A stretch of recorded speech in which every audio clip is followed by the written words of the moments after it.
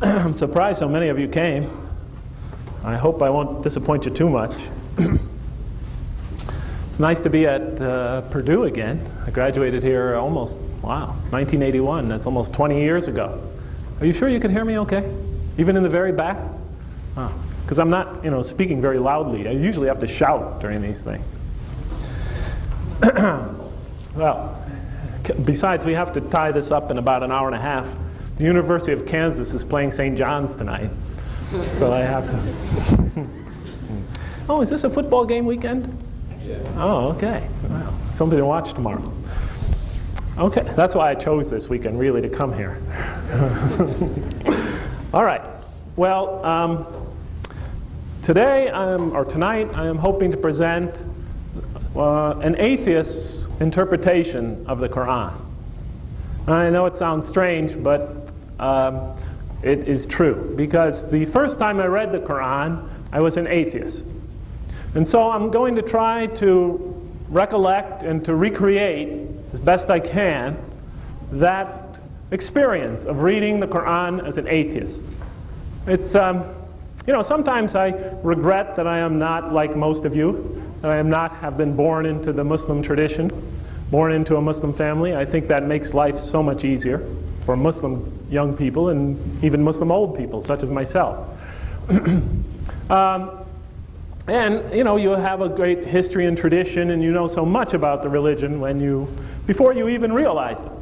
Before you even pick up the Qur'an for the first time, so much of how you read the Qur'an and understand the Qur'an has been influenced by your upbringing. The first time I picked up the Qur'an, I wasn't even quite sure what it was. It was a gift from a friend, and I just picked it up. I knew it was their Holy Scripture, but I really wasn't even quite sure who it was revealed through, who the author was, really almost nothing. So my perspective is sort of an innocent perspective. And so when I talk about it tonight, and I think it's a valuable perspective, or at least it should be a perspective that's of interest. Because I think when somebody new comes to the faith and reads the Qur'an and gains a different perspective, that may help us enrich all of our perspectives. Just as much as I've benefited from listening to Muslims, born Muslims, talk about their perspective on this religion, I hope I could contribute something to that dialogue. I'm going to be talking a little bit about the purpose of life, because I was an atheist before I became a Muslim. Actually, that's all I'm going to talk about tonight. Because that was my main problem when I picked up the Qur'an. I wanted to know what it had to say about the purpose of life. I wasn't expecting much, but it was an interesting journey nonetheless. And so that's what I'll be talking about tonight. My mom never got to come to Purdue University. My mom saw me lecture at several universities around this nation. She saw me lecture several times about Islam. And she was one of my best audiences, one of the best people I've ever had in an audience. She used to sit up front, and I could see in her eyes not just interest, but also a certain amount of pride. She was a very devout Christian, and she was that till her dying day, the day she died. But I really loved having my mom in the audience, and I always miss her even now. I don't really give that many lectures, even though I hear that you guys have some tapes of mine from old. I don't really give that many lectures, but whenever I am standing in front of an audience and I look at that front row, I still miss the absence of my mother there. And I wish you could have met her, because she was really a wonderful, wonderful, wonderful mother and person. And I'm not just saying that because she's my mother, but so many people that knew her said the same. I remember when my mom died a few years ago, and I was at her funeral. It was one of the biggest funerals I've ever seen. And person after person who came up to me to express their condolences expressed it in almost exactly the same way every time. They said, "Jeff, your mom was a true saint." And they would walk up to me, and it would seem like they had prepared this. Every person that would come up would say, "Yes, Jeff, your mom was such a great lady. She was a true saint." Even my ex-wife, who was an atheist, my first wife, we were married a few years, and we got divorced while we were PhD students at Purdue. But she came up to me, and she told me this very same thing. She said, "Jeff, I don't believe in God, but, I still think your mother was a true saint.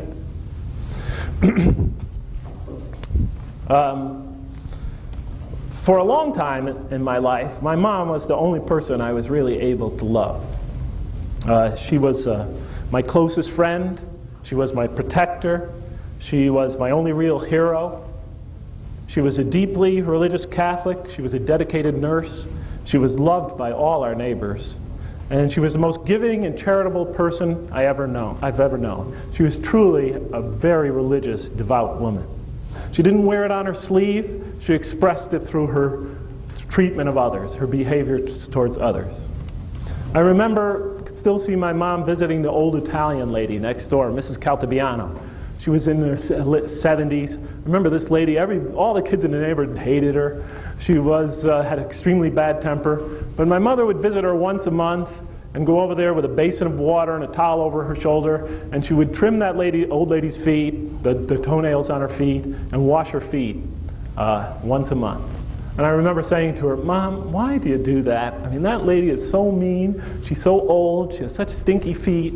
Why would you go over and wash her feet?" And I remember once she said to me, "Son, if Jesus could wash the feet of others, so can I." And that's what kind of religiosity she had. She translated her religiosity into helping others. And to her, that was what life was all about. Life was about giving. I remember how much compassion she had for her patients at the hospital, and how warmly they spoke about her when I would come to pick her up from work late at night, because she worked sort of the graveyard shift. So I'd pick her up very late at night. And her patients used to stop me while I was walking out the hall to pull me aside and brag about my mother for usually too long. I remember what great mother and teacher she was. I remember how honest she was, and how she never swore or treated anyone rudely. My mom wasn't perfect. She used to gossip a little, but she was the nearest thing to perfection I ever knew. Most of all, I remember how much she loved her 5 sons, and how hard she worked to provide them with as normal and a happy life as possible, despite the handicap we acquired. And the handicap that we acquired, I'm sad to say, I even hate to bring it up, but it's central to this lecture, was my father. I don't know what was the matter with my father or how he became the way he was, but my father had this deep inner rage and anger that he just really couldn't control. And every night he would try to numb that rage and that anger with hard drinking. And he usually wasn't very successful. His drinking made my father all the more volatile, because he could be laughing and joking one minute, and he could fly into an angry rampage the next, and once he erupted, there was just no stopping him. It was like a thunderstorm, the severe thunderstorm that comes in over the horizon and starts exploding above you, and that just wouldn't go away. And he would be like that all night long for several hours, and it would take a ton of time and a ton of hard liquor before it would finally put him to rest. And it was really terrible. Living with my father was like carrying a box of nitroglycerin. You just weren't sure what was going to set it off. The slightest agitation, the slightest shift, he could unexpectedly explode into his violence. And it was not easy. It was not easy at all.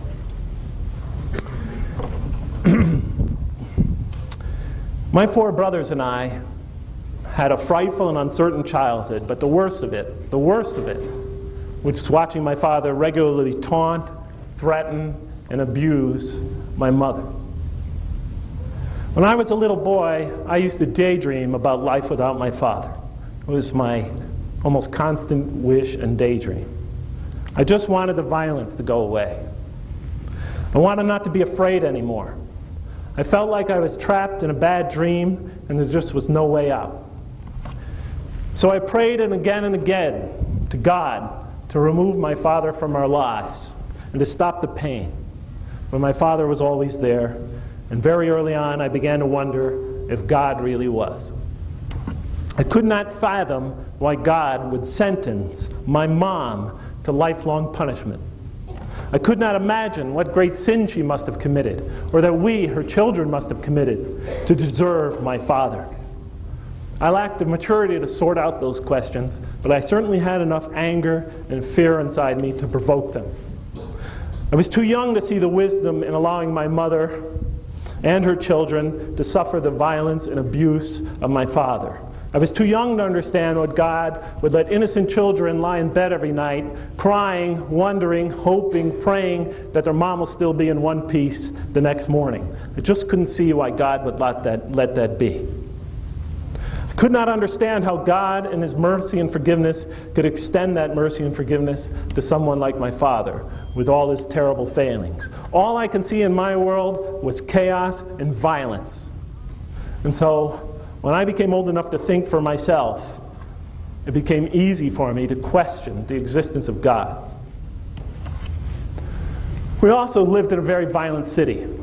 The violence outside was nothing compared to the violence inside, but the violence that was happening in the world around me only confirmed what my father already had taught me only too well. There were the assassinations of the Kennedys when I was a kid, and Martin Luther King. There were race riots in cities like mine, and burnings and lootings. There were even people burned alive in the streets. Firemen used to come to places where fires were purposely lit, and snipers used to be picking them off. Gang fights were rampant in my neighborhood. It seemed like we had one every couple of months. Sometimes kids would get shot. Most of the time, there was always several that were extremely badly injured, taken to the hospital. The police would show up after it was over so they wouldn't get hurt, and take the bodies away, take the kids to the hospital. And of course, we also had the Vietnam War going on that time, that senseless war. And we'd see the night after night on a television screen, young American boys being put in body bags, taken back to our country. And even worse, we'd see the Vietnamese civilians, and especially the children, being slaughtered at our own hands. And kids running down the street, Vietnamese children running down the street after a bombing, some of them naked, some of them on fire, from napalm burning all over them.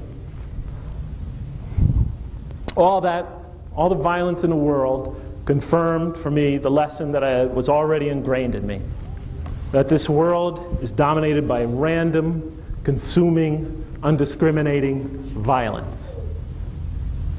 And very early on, I began to ask why. And from a very early age. But that question became more intense for me as I got older and older. As I reached my late teenage years, I wondered why it had to be this way. Why did it have to be this way? I have 3 daughters. Not too long ago, I was walking with my wife, walking along, and 2 of my daughters were walking with me, and the youngest one, Fatin, whose name means alluring.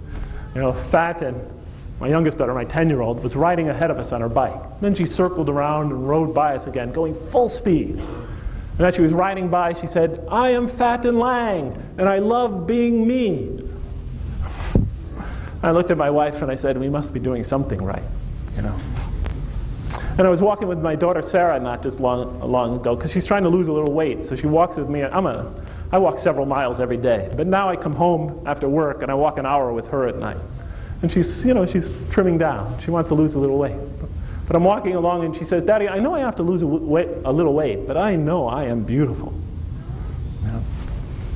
And that's because she feels it inside. When she says such a statement like that, or my other daughter says, "I love being me," and they tell me, "Daddy, I think I'm beautiful," they feel that deeply inside. Something inside. It's not something, it glows from within. My wife is about 35 pounds overweight. And please don't record this. You could erase that from the tape. She'll kill me, please. But she's about 35 pounds overweight, and she's 40 years old now. I got her age right. She'll kill me for that as well. But she's 40, about 35 pounds overweight. But not too long ago, she said to me, and said to all of us, "Hey, look, my daughters were giving her a hard time about her weight." She said, "I don't care. I know I'm beautiful."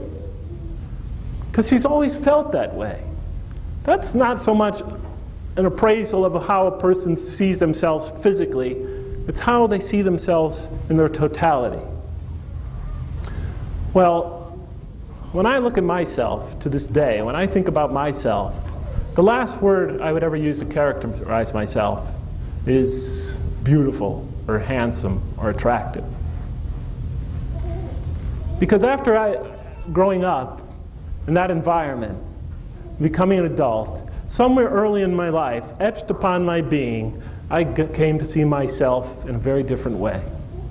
And to this day, when I'm walking along and I'm thinking about how I look to others, or I just think about myself, I just see someone scarred, odd, disfigured. And I'll think about that. That's the way I'll probably perceive myself to the day I die.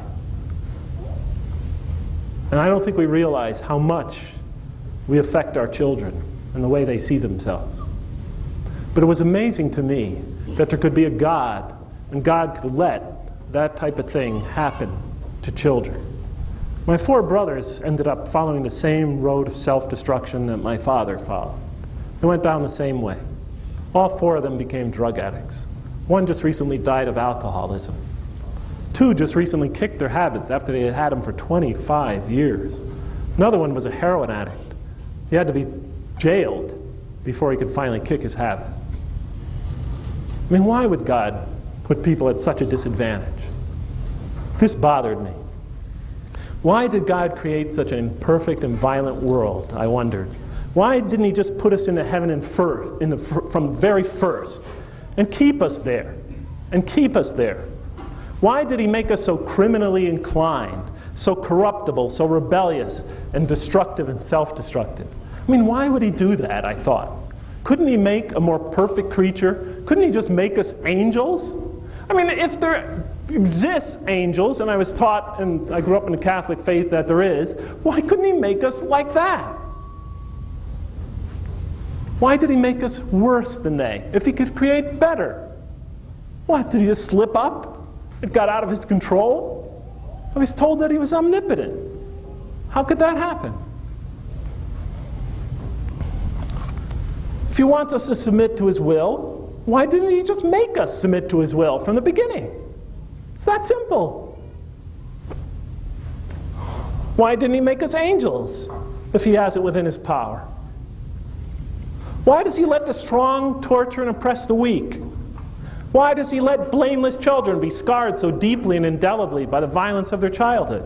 And trust me, I'm not feeling sorry for myself. There's tons of kids that suffer much worse than I did when I was a child. I wanted to know why, and I demanded an answer. And I didn't care where that answer came from. I tell you the truth, I didn't care if that answer came from heaven or if it came from hell. I didn't care if it came from an angel or the devil himself. I didn't care if it came from the Pope or Charles Manson. I just wanted an answer. And I just wanted to know the truth. I used to argue with my mother when I became an atheist at 16. Not argue. My mom didn't argue. Somehow she had this strange confidence that someday I would believe in God again. I used to ask her, "What makes you think that, Mom?" And as usual, she would pull out one of her old sayings she learned from her grandmother. As my grandmother always said, Jeff, the way the twig is bent, the tree will grow. I used to shake my head and think, wow, my mom, she's Don Quixote. Just living an illusion. I told her I had 3 main problems with religion. Number 1, why would God give us reason if our reason conflicts with faith? See, when we think about God and start asking questions about God, it naturally leads to impossible questions, irreconcilable issues. The dogmas that we're taught to believe in just don't make sense, I told her. Why would God create us to believe in these things if they go against reason? Or in the first place, why give us reason anyway, if reason leads to these contradictions? It makes it hard for us to believe in God. Why does he give us choice, the ability to choose? Just make us perfect. Why does he allow us to choose to become evil? Just didn't make sense, I said to her, if he wants us to submit to his will. And most of all, why does he allow us to suffer? Couldn't we have bypassed the suffering? Popped us into heaven from the first? In any case, I became an avowed atheist when I was in my middle teenage years. I can't remember now exactly when, 17, 18, something like that. No, I guess it was 16 years old. I remember a religion class where I declared it to the class. But that's it. I could not see what is the possible purpose of life. And I never found that out, so I guess I'll see you next time. It's good talking to you. Good luck. Good night. Got to go catch a basketball game. No. I was an atheist for about 12 years. Doesn't mean I became uninterested in religion. I was always fascinated by religion. You know how ex-alcoholics are fascinated about studies about alcoholism, and they become, obsessed with studying alcoholism, or, you notice how psychiatrists are usually sort of crazy themselves, Well, it's true. Most psychiatrists, wow. But, most people that have been injured or harmed by something, it becomes their obsession. So I was always fascinated by religion. And when at Purdue University, especially when I was here, there were so many different cultures, so many different religious perspectives. I was in heaven, or my own kind of heaven, I would talk to kids on campus about their different religious beliefs. There was a Muslim lady, and I remember I was right in this building over here, the tall one that you could walk underneath. What's the name of it? The Math Science Center or something? Yeah, I was right over here, and there was a lady on my floor. I think it was the 7th floor. She was a Muslim lady. I don't know where from, dressed in black and everything. And I saw her walking down the hall one day. Sure enough, she came in and started asking me for some help in some mathematics problems. Professor Perlis, I don't know if he's still here, sent her to me because I was pretty good in commutative algebra. So she came, and I was helping her and things like that. And in the process, I began asking her questions about her religion, and we started to develop this friendship and everything. And then she refused to see me. But I was, that almost killed me. I went, what's going on here? But I was fascinated by different people's religious perspectives. Not that I was searching. Usually when I talk to people, I became ever more confirmed of my disbelief in God. But it fascinated me. When I graduated here and went to San Francisco, I met some more Muslims and other peoples of other faiths as well. But I really became very close with one Muslim family in particular. And one time they gave me the Qur'an as a gift. After I badgered them with my questions long enough, they just sort of got fed up with me, I think. And they gave me a copy of the Qur'an. And at first I thought, what? Do they want to convert me? I mean, what's going on here? But then I realized that it was an innocent enough gesture. I had been asking them a lot of questions, and they apparently thought that they were not up to my questions, and maybe, as a matter of fact, eventually they explicitly told me that maybe I could find better answers here as far as what their faith represents concerning the questions I was asking them. The usual questions. Why does God let us suffer? Why doesn't he just pop us into heaven? Et cetera, et cetera, et cetera. Well, about 4 or 5 days after they gave it to me, I had run out of reading material just by coincidence. And I had nothing to read that night. And I had no television in my apartment in San Francisco. And so I looked to my left. I remember sitting on my couch, and on the table next to me, the end table, was the copy of the Qur'an. And so I thought, oh well, I'll pick it up and read it. And so I did. And I began to read it. And I found it a very intriguing book. And I picked it up, and I read the first 7 verses, which are essentially a prayer for guidance. It sort of teaches you a prayer for guidance. In the name of God, the most merciful, compassionate, creator of, ruler of all worlds, master of the day of judgment, to you alone we seek, to you alone we pray, and you alone we seek. Show us the straight path, etc., etc. I thought, oh, prayer, fitting way to begin a book. And then I turned to the next surah, or I'll use chapter. I'll call it a chapter for now. I turned to the next chapter of the Quran. And then it begins and it says, that is the book It begins Aleph, Lam, Mim. Let me skip that right now. There are 3 Arabic symbols, letters. Aleph, Lam, Mim. That is the book, wherein no doubt is guidance. Now, of course, I just realized I had just prayed for guidance, or unknowingly, not intentionally. And then I read this next line, and it says, that is the book, wherein no doubt is guidance, is the guidance. And I'm looking at the book, and I'm thinking to myself, you mean this is the answer to this prayer I just said? And I look at what it says in front of me, and it says, that is the book.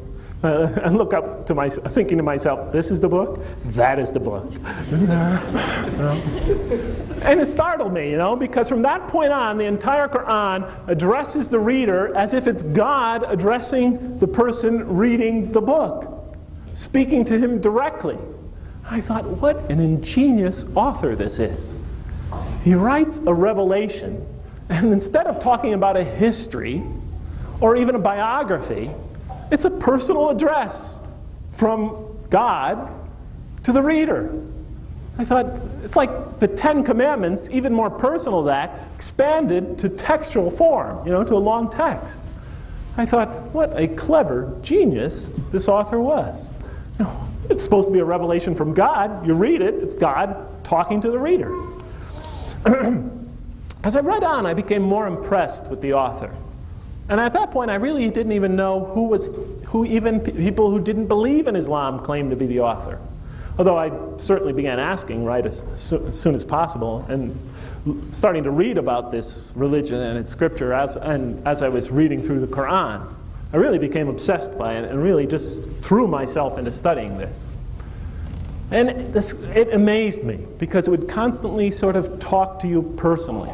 And it would include intriguing things that really caught my interest. Like, I remember reading the verse, I think it's the 25th verse of that 2nd chapter. I'm hardly into the Qur'an. And I come up to the 25th verse, and it gives this very sort of concrete description of paradise, of heaven in the hereafter.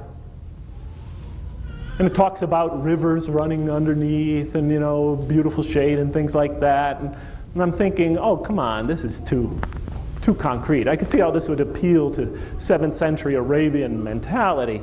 But, if a guy was from Alaska and he was reading this, he would like warm sandy beaches than cool shade, and he would like, bikini-clad supermodels than, whatever, to what the Qur'an described. But then I go to the right, and I started to think to myself, oh, this author wasn't so clever. And I go to the next verse, and it says, and God does not disdain from using any kind of parable, even if it is of a gnat, to get his point across. See, I just read this verse that I took very concretely, and the next one says, oh, don't take every statement in this, in the Qur'an so concretely.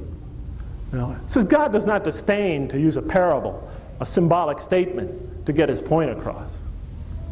And I thought, man, this guy who wrote this Qur'an is brilliant.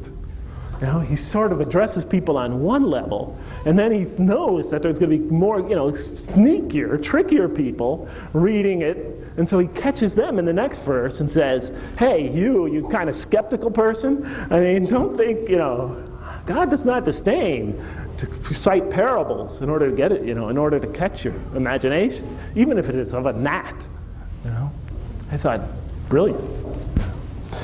The first 29 verses of that 2nd chapter, beginning of the Qur'an, sort of describe its audience.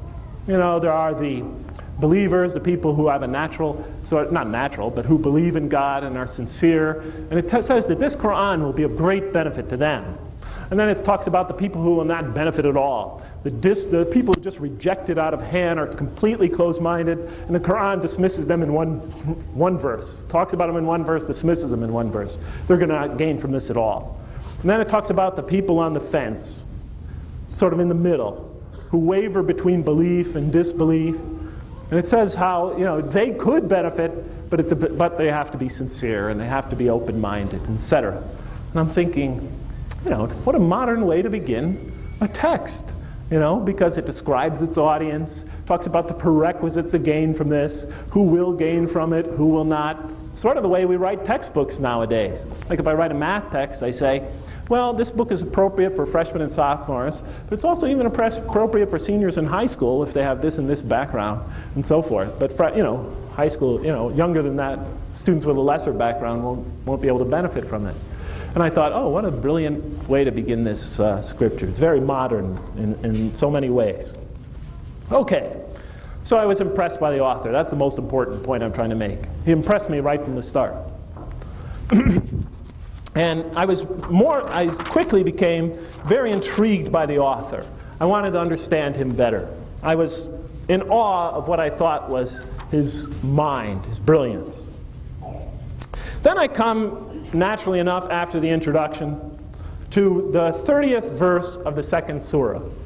And it begins the story of man. Now, some people take that as history. I personally took it as an allegory, as a symbolic story. From my background, that was a natural way to read it, especially because of internal things inside that story and from other verses in the Qur'an that I would later read that sort of confirm my belief in that. So I took it as primarily symbolic, and I was looking to read it to understand meaning, to gain some meaning about what the author had to say about the purpose of life. But regardless how you take it, I think you're going to come to more or less similar conclusions. Okay, so here I am. I turn to the story of man, and I read the 30th verse of the second surah that begins that story. And I look down on it, and I read through that. I read that one. And then the story continues up till I think the 39th verse, very short introduction. I read through it once, and it just didn't sound right, because I was familiar with this story. You could read it in the Bible. So I read it again and again, 2 or 3 times, and I realized something is really strange here. The author seems to have missed the entire point and purpose of the story. I mean, he's permuted details. He seems to have missed the main point of the story. And I began to wonder if he just never quite heard it right. But on the other hand, there seemed to be something underneath the surface here that he was trying to say that seemed very intriguing. So I decided finally to go back and read it very carefully, line by line, verse by verse, and give him the benefit of the doubt, give it a true, honest reading, and see what it had to say, because it intrigued me. And I read the 30th verse of the second surah, and here's the way it goes. And it says, "Behold, your Lord said to the angels, I am going to place a representative of mine on earth, a vicegerent, a representative on earth, representative of God. And they said, the angels, will you place therein one who will spread corruption and shed blood? Will we celebrate your praises and glorify your holiness? And he said, truly I know what you do not know." I looked at that verse, and I just felt kind of like a not more than a tingle, like a coldness come over me. I felt like somebody was in the room. And I read it again, and it says, "Behold, your Lord said to the angels, I am going to place a vicegerent, a representative of mine, on earth." I thought, no, you got it all wrong. Because here the author is saying, "Behold, your Lord said to the angels, I'm going to place man, apparently, on earth as my representative." I thought, no, that's not why you're putting man on earth. You're putting him there as a punishment. He sins, and you punish him. You didn't create him from the start to put him on earth as your representative. You put him there to punish him. But that's not what it says. Long before man, Adam, and Eve even appear on a scene, it says, I'm going to place him there on earth as my representative. I thought, no, that's entirely wrong. And then I read the next verse, and that one was the one that hooked me. Because then the angels say, because up to that point I thought, does he really mean what he's saying? I mean, is he really saying that he's not putting them there as a punishment, but, to represent him? Is he giving him a positive appraisal of mankind right from the start? And then, like I said, the rest of that verse goes, they said, will you place therein one who will spread corruption and shed blood? The angels are saying this. While we, the angels, celebrate your praises and glorify you? I looked at that and said, that's my question. Right? Because the angels are raising a natural objection. Will you place her in one who will spread corruption and shed blood? God just said, I'm going to put man there to represent me. And the angels naturally say, why? This creature? This rebellious being? This creature who spreads corruption and sheds much blood? You're going to create him and put him on earth and his progeny? While what? While we celebrate your praises and glorify your holiness? Why put this creature on earth? Why even make him in the first place when you could create us, the angels, who are perfectly submissive to your will, who do exactly what you want of us, who only glorify you and praise you? Why create this being? Why create him in the first place? Why create this being who spreads corruption and sheds much blood? It's a natural question. That's my question. The atheist question. I thought the author was trying to play with me, play with my emotions, manipulate the story just to agitate me. I said it right there with the angels. Yes, why create this creature when you could create angels? And notice where the question is coming from. It's coming from heaven. It's being asked in heaven, which gives the question all the more force. Because why create this creature with his criminal inclinations, then put him in an environment where he falsely feels he's distant from God and cannot even perceive him with his five senses, so he feels free, distant from God, and unleash him in that environment where he could pursue his worst criminal inclinations?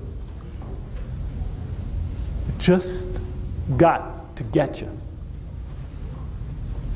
And when I read that, I was almost furious. Yes, why? Why do that? And then the rest of that verse goes, and here's God's answer to the angel's question. Truly I know what you do not know. In modern parlance, that would be, yes, truly I know what I'm doing. I know exactly what I'm doing. You know exactly what you're doing? I said. You know exactly what you're doing? No, you don't get off that easily, I thought to myself. You don't take my whole question. You don't take my pain. You don't take my life, summarize it in 2 verses, and then just walk away and say you know what you're doing. That's my life there. That's my rage. That's my anger. You cannot walk away that easy. No, you don't ask that question without answering it. I want to know what is the answer to that question. You made me, I thought to myself. And then it dawned on me, I was arguing with a God I didn't even believe in. And that would happen often when I read this Qur'an. Every now and then I would slip into an argument with the scripture, arguing with a divinity I didn't even believe in, complaining to a God that I've rejected. But that was the brilliance, I thought, of the author. The way he could phrase things in such a way to lure you in to feeling like you're conversing with God himself. I thought this author was extremely brilliant. And so I kept on reading, even though right now I was extremely agitated. But the strange thing is, the author didn't end the answer to the angel's question with that verse. He just didn't say, truly I know what you do not, and then dismiss the question. Are you guys getting tired and bored? No, seriously. Sorry about this, but these things are kind of fun for me, but whenever I talk about these, my daughters go, oh, here he goes again. But for me it's like doing mathematics. It's beautiful, even though I know all students would agree with that. But in any case, so I turned to the next verse, and it says, and he, God, taught Adam the names of all things. And then he placed them before the angels and said, tell me their names if you are right. I looked at that verse, and it's clearly addressing the angel's question. It's responding to the angel's question. And it's interesting what it says. And he taught Adam the names of all things, and then placed them before the angels and said, tell me their names if you are right. Right about what? About your question, your objection, in a sense, to the existence of man. I remembered that in the account of this story that I had known from as I was a child, that man is taught, not taught, but requires the ability to name things. But it was not presented as an answer to any kind of question. But in this version, the author now took this naming incident and used it to begin an answer to the angel's question. And he taught Adam the names of all things. I realized very quickly that you have to be pay very close attention to the wording, because this author was extremely skillful in his choice of words. And he said, and he taught Adam the names of all things. He's emphasizing that Adam here can learn. He can be taught. He's an intellectual being. And he taught Adam what? How to name all things. All things. All things that come into his conscious mind. Everything he sees, everything he experiences, he's able to assign verbal symbols. I later discovered that throughout the Qur'an, the gift of human language, the human ability to communicate, not just in word, but also in writing, would be emphasized throughout the Qur'an. That this skill is what makes man way above the creatures around him. This gift, especially, is one of the greatest gifts that God gives to mankind. In the Qur'an, in one place, it says, it explicitly states that read commands the reader. Read in the name of your Lord who created man from a tiny creature that clings. Read, and your Lord is most bountiful. Why? Because he taught man the use of the pen, taught him with it what he could never know, what he knew not. The Qur'an will emphasize reading, talking, communicating, and man's intellectual abilities, especially as it is symbolized in this verse. What makes man special, what makes him unique, what begins as an answer to the angel's question, the author points to this verse, man's intellectual abilities. He begins by answering the angel's question by pointing to that, man's intellect, as symbolized especially in his ability to assign verbal symbols to all the concepts that come into his mind. And then he placed them before the angels and said, you, tell me their names if you are right. And they said, glory to you. We have no knowledge except what you taught us. We only have the knowledge, the level of knowledge, the intellect that you have provided for us. We cannot do this. They do not have the intellect. They do not have the intelligence to be able to create on their own verbal symbols for what they experience.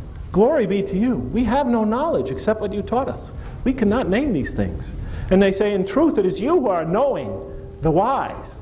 This takes knowledge. This takes wisdom. This takes at least a certain level of genius to be able to name things like this. They admit their inferiority. This is beyond them. And then you turn to the next verse and it says, and he said, "O Adam, tell them their names." And Adam succeeds where the angels failed. The angels did not have the ability to be able to meet this task. Adam, he succeeds instantly. And when he had told them their names, God said to the angels, "Did I not tell you that I know what is unseen in the heavens and the earth, and I know what you reveal and what you conceal?" A direct reference to the question. Did I not tell you that I know what is in the heavens and the earth, and I know what you reveal and you conceal? Didn't I just tell you? I know exactly what I'm doing.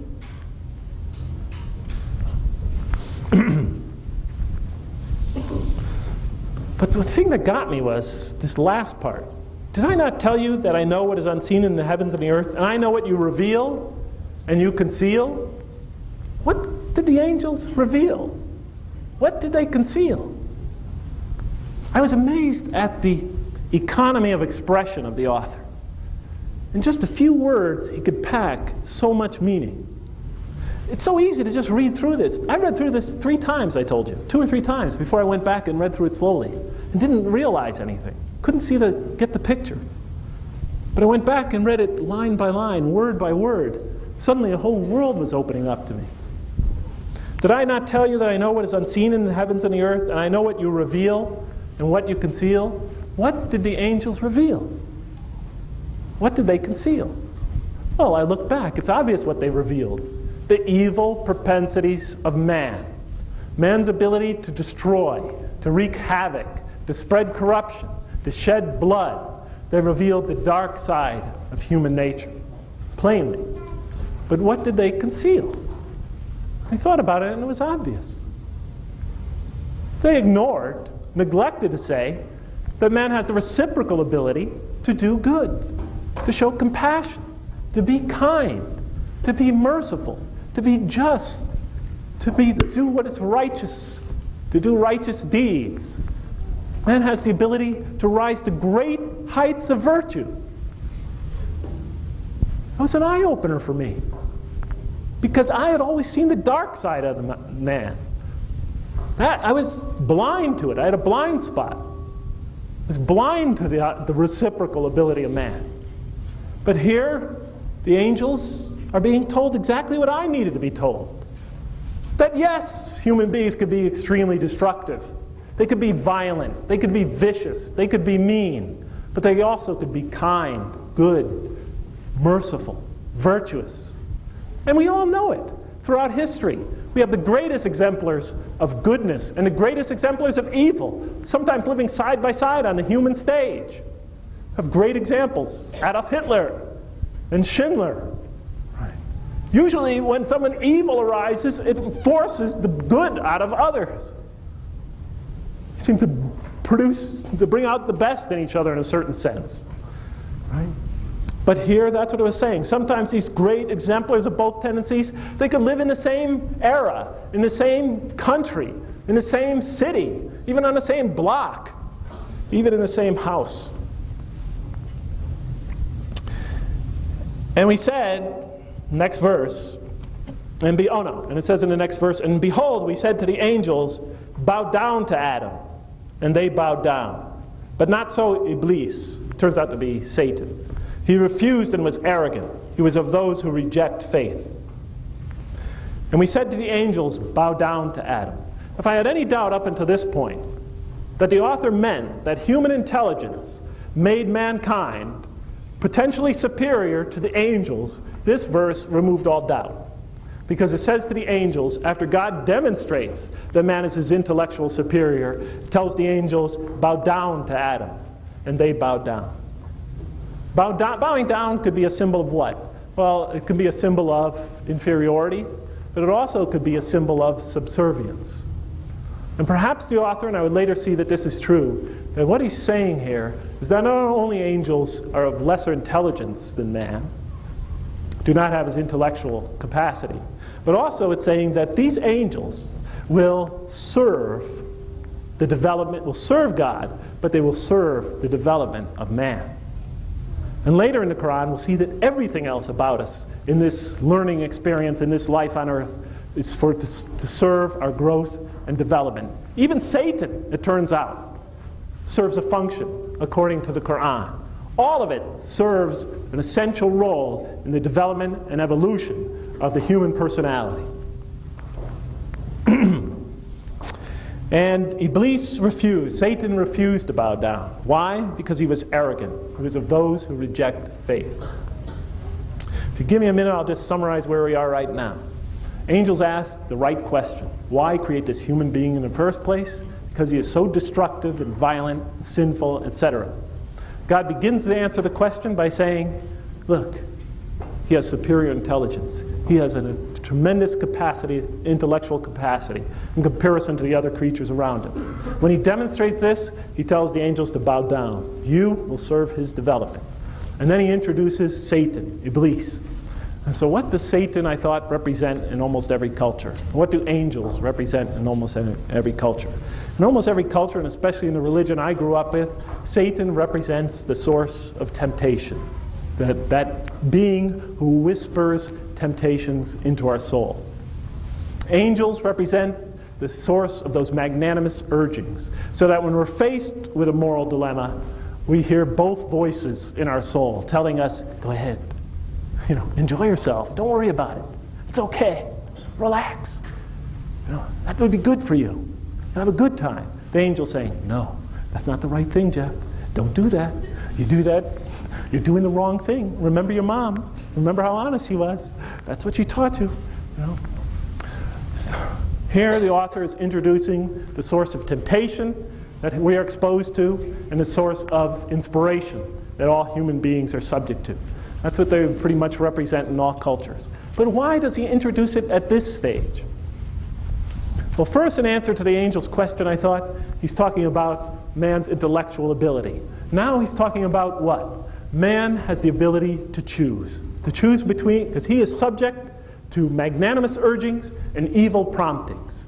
And he has the ability, as we'll soon see, to choose between them. Man is a creature of choice, a moral being.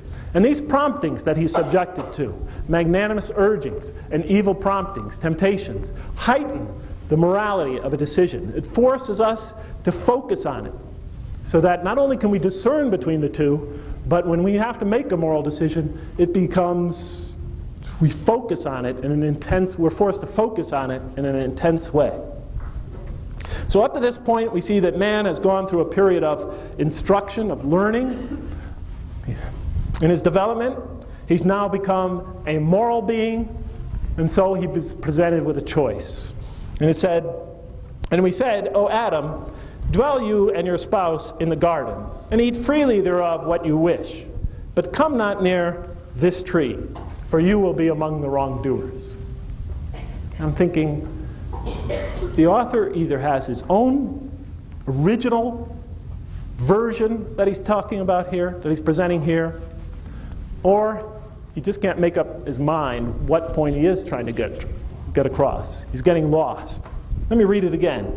Dwell you and your spouse in the garden, and eat freely thereof what you wish, but come not near this tree, for you will be among the wrongdoers. The reason why I said the author seems to be confused is because he's almost totally dispassionate in that statement. I said to myself, no, that's not how it works. God is supposed to be fearful at the prospect that Adam may eat from the tree, because that's the tree of eternal life and infinite knowledge. And if he eats from it, as it said in my upbringing, they will become as gods. And so God, after he banishes man from the garden, puts an angel around that tree so that he never goes near it again. For God knows if he goes near that tree, it's a disaster. Man could become his equal. And he's nervous and frightened at the prospect that man will go to the tree and eat from it. But here, there's no sense of urgency. There's no sense of panic. There's no sense of even mild worry. God says to Adam and Eve, O Adam, dwell you and your spouse in the garden, and eat freely thereof what you wish, but come not near this tree, for why? For you will be among the wrongdoers. It's almost as if the tree is picked at random. Let's see, Adam, Eve, go not eat whatever you like in the garden, but don't go near that tree. There's nothing special about the tree. I read the whole rest of the Qur'an. There was nothing special about the tree. Satan tempted Adam and told him, it's, this tree, if you eat from this fruit, you'll have a great kingdom, a kingdom that never decays, and so forth, and eternal life. It turns out to be a falsification on his part. No truth in it at all. But God seems totally in control here. Not at all worried at this prospect. What does the next verse say? But Satan caused them to slip and expelled them from the state in which they were. I read that verse and said, what? This author has a penchant for understating things. What happened? But Satan caused them to slip and expelled them from the state in which they were. What? The greatest sin in the history of the human race, the sin for which you and I and all of us here are sweating it out down here on earth, and we have to live and work and suffer and go through pain and agony and death, that sin that brought this down upon us is a slip? A slip? I went to my Arabian friends and I asked them, you see this verse in the Qur'an here? This word here, could you tell me what it means?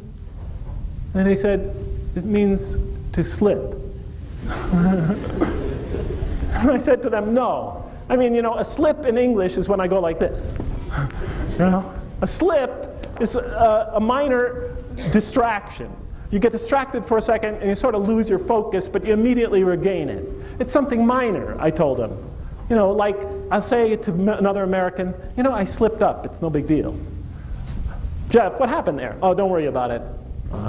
I tell my department head, it was just a slip up, won't happen again. It's a slip up, don't worry about it. Oh, I slipped, no big deal. They told me it means the same thing, to slip. No big deal. The slip? And Satan caused them to slip. And they were expelled from the state in which they were. What state were they? Total compliance to God's will. What state were they in now? They had discovered the ability to go against that will, to make an independent choice. Up to this point, we saw that they were given the ability to choose, presented with temptation and magnanimous urgings. Now, you actually see them make that independent choice. They might have been given many commands before, may have had many choices before. What's significant about this choice, the story seems to be saying, is that it's the first time they made an independent one. But Satan caused them to slip and expelled them from the state in which they were. And we said, go you all down, some of you being the enemies of others, and on earth will be your dwelling place and provision for a time. Go you all down, some of you will be adversaries of others, and on earth will be your dwelling place and provision for a time. The author, I thought, he just doesn't get it. I mean, there should be rage here. There should be anger. God should be furious. He should be losing it. He should be threatening this creature. He should be screaming at him, telling him, yes, and the woman, you're going to have a period, and you're going to scream on your labor pains, and you did it. This guy who you were too smart and you tricked him, he's going to rule over you. That's going to teach you a lesson, and so forth. But here, he simply says, go you all down, some of you being adversaries of others, and earth will be your dwelling place and provision for a time. And that's not a God losing it. And on earth will be your dwelling place and provision for a time. When I walked into the hotel today, and the person behind the desk said, here's your room, and we have a continental breakfast in the morning, I didn't assume they were angry at me.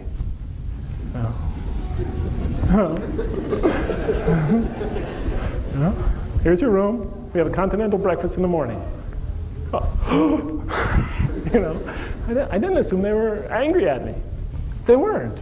But that's essentially, go you all down, some of you will be adversaries of others. The angels already said that in their question. There will be violence. This creature creates violence. This seems to be more a warning than anything else. And on earth will be your dwelling place and provision for a time. I thought, wait a minute. Maybe I'm misreading this. The next verse, I'm sure, will show God exploding out of control. And then Adam received words from his Lord, and he turned to him mercifully. For truly God is oft returning, ever merciful. What? Merciful? Adam receives words from his Lord? Turns out in the next verse, the words of consolatory words, the words of consolation. Then Adam receives words from his Lord, and he turned to him mercifully. God forgives him? Truly he is oft returning, the merciful. It's definitely not a God going out of control. I thought, what point is the author trying to make here? He has missed the whole point and purpose of this story. Next verse. And it repeats what it said before. So we said, go down from this state, all of you together. And truly there will come from me guidance to you. And whoever follows my guidance, no fear shall come upon them, nor shall they grieve. If I had any doubt before that God was not punishing Adam by putting him on earth, Adam and his spouse. It was removed when I read this verse. And the previous one. Because God says, go down from the state, all of you together. And then he embraces Adam. And truly there will come to you guidance from me, Adam and Eve. And whoever follows my guidance, no fear shall come upon them, nor shall they grieve. It's a tender scene. Adam and his spouse repented in the previous verse. God forgave them. But he tells them, but you have to go down from the state in which you were. They're obviously fearful. They're obviously somewhat panicked. This is all new to them. And what does God say to them? He says, but don't worry. Guidance will come from me, and whoever follows my guidance, no fear shall come upon them, nor shall they grieve. It's like a parent addressing a hurt child or a penitent child. Don't worry about it. You'll be all right. Don't panic. I'm not here to hurt you. Don't be afraid. You'll be all right. There will come guidance from me. And as long as you follow my guidance, you'll have nothing to fear, nor shall you grieve. I know you're afraid. I know this is new for you. I know this is hard for you. But you have to go through it. But don't worry. I'll be with you. Just follow my guidance. You have nothing to grieve.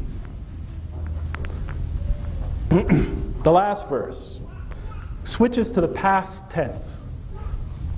Up to this point, we're talking about the beginnings of mankind. This verse transports us to the very end of the human drama, looking back on the history of mankind.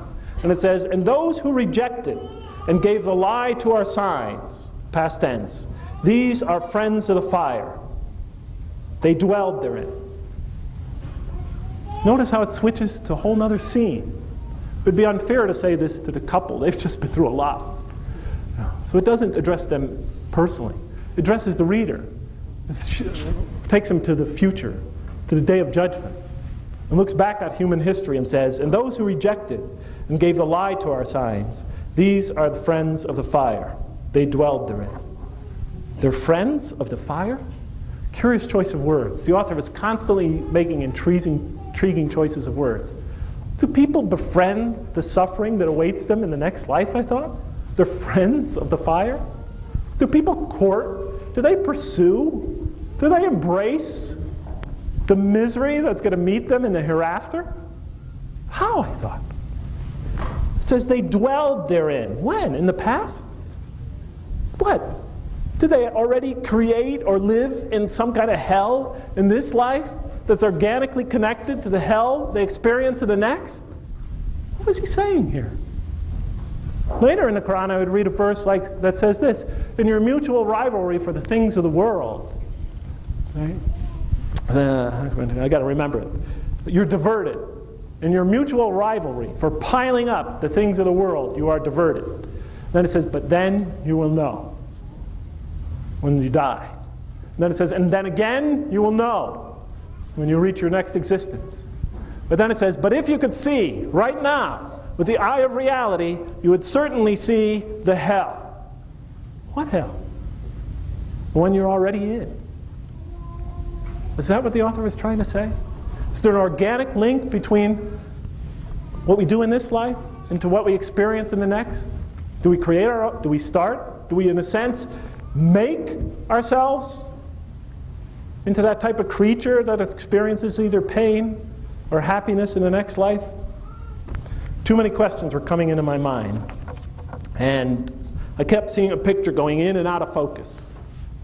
And I was only 39 verses through the Qur'an, and the 7 in the opening chapter. So 46 verses. It's only a few pages through the Qur'an. I had a whole Qur'an to go. But I was determined to pursue it and find how the author deals with those questions. So I thought he was a genius up to this point. I thought he was a genius beyond any genius I had ever read. Or at least I thought he could be. But I thought as I read through the rest of the Qur'an, he'd start to fall apart, make mistakes, contradict himself. So I continued reading. I was just intrigued. I was wondering when he was going to trip over his own feet.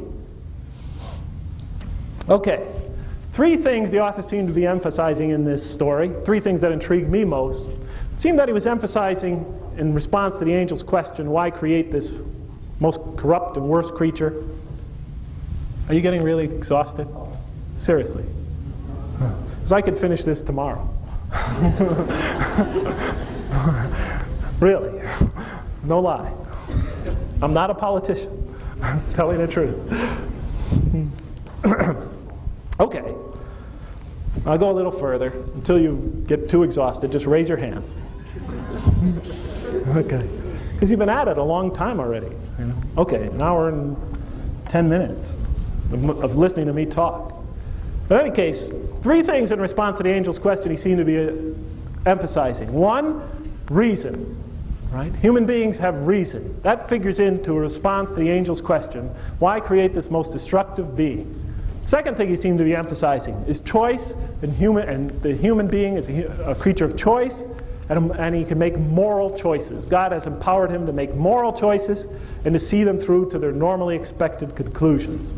At least that's what it seemed to be hinting at. I'd have to read the rest of the Qur'an to see if that was really true. Third thing that seemed to be emphasized in the story was that human beings will suffer. And God just says, yeah, they're going to suffer. Fourth thing he seems to emphasize, we're not put here as a punishment. We're not put here as a punishment. Because notice when he forgives Adam, he doesn't pop him and he and his wife back in heaven. As a matter of fact, there was nothing in the story to indicate that this life was a punishment. But when I read that verse that said he had forgiven Adam and Eve, I thought, okay, put him back into heaven. You forgave him. You know, when I penalize my daughters for doing something wrong, I subtract $5 from their allowance. If they come and cry, my wife says I'm a marshmallow. If they come and cry to me, I say, okay, you're forgiven. And then I give them back the $5. If I kept the $5, they'd say to me, Daddy, I thought I was forgiven. Make up your mind. Am I punished or am I forgiven? Oh, you're forgiven, but I'll keep the $5. That's not fair. You forgave me. So why doesn't God put Adam and Eve back into heaven? Because life is not a punishment. This is from the beginning of the story to the end. We had known from the very beginning, and it was consistent throughout, that he's going to put them there as his representative, potentially, on earth.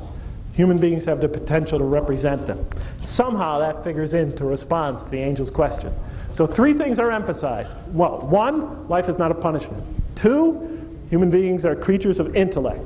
Three, they have the ability to make choices. They have the ability to exercise will. And third, that they're going to suffer. And somehow, it seems, the author was emphasizing these in the story of man. Now, I thought I could just be wrong, deluding myself, really, projecting my own neurosis onto this story, my own childhood trauma onto the story. So, as I read through the Qur'an, I tried to keep my mind and eye open for anything that would contradict what I had thought. And as I read through it, sure enough, I found confirmation of what I just said. Reason, man's ability to reason, gets such strong emphasis in the Qur'an that sometimes you would think that the author is some kind of, has a tremendous faith in philosophy and reason, like no other religious mind in history. Because I was always taught that reason and faith conflict. That somewhere along the line, they contradict. The age-old conflict between faith and reason. If you take reason too far, you'll naturally arrive at conflicts with faith. This author says exactly the opposite, saying that people do not believe, or people to come upon false beliefs because they do not use their reason. He makes the point again and again and again. He puts so much emphasis on reason that one famous Western Orientalist who studied the Qur'an said, the Qur'an puts so much emphasis on reason that you would think that disbelief is nothing more than an infirmity of the human mind. An inability to use it, like an illness in your mind. Mental sickness. That's how much emphasis he puts on reason. That was Henri Lemens who said that.